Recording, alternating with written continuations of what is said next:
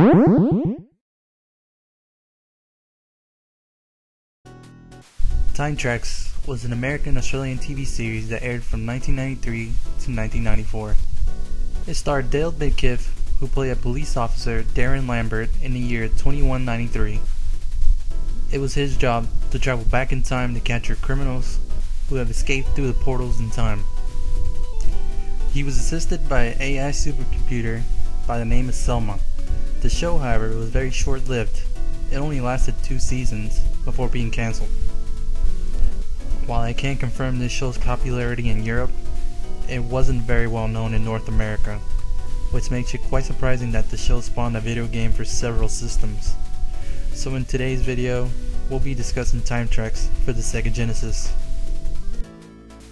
Now before I begin, I'd like to thank Classic Gaming Kid for suggesting us make a video on this game, since I honestly wasn't too familiar with it. The Sega Genesis version of Time Trax was being published by Black Pearl Software, who published and developed a number of different titles throughout the 16-bit era, and being developed by Malibu Interactive and began development sometime in 1993. Malibu Interactive primarily developed games and conversions for the Sega CD and Sega Genesis system. This version of the game was mentioned a few times in Video Game Magazine issue number 67 on August 1994, and other popular publications such as GamePro issue 45 and 54. It would be the first and only time we got a glimpse of this version of the game. The Mega Drive version of the game was not widely covered and was largely unheard of until the title screen music by Tim Follin was released online. Some years later, development documents were acquired and a prototype ROM was released to the general public. Now, fortunately for us, a ROM of this game was discovered by Sega Ace user Beaglepuss, who dumped the ROM on July 2013. From the looks of it, the game had very good animation and handled very well.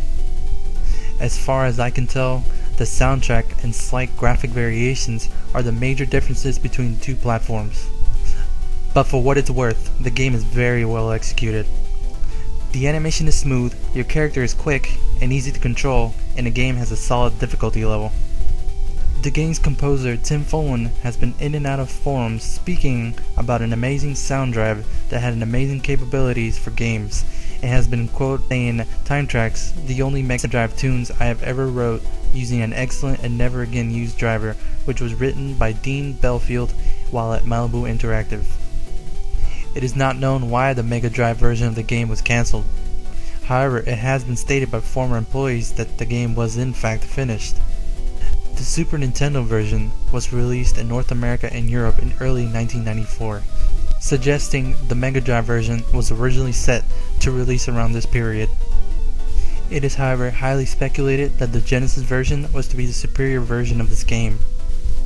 Malibu Interactive was eventually sold to GameTech in the months prior to its release, which may explain its disappearance. It is important to note that a different Time Trax was released for the Commodore 64 and ZX Spectrum in 1986, which was unrelated to the show.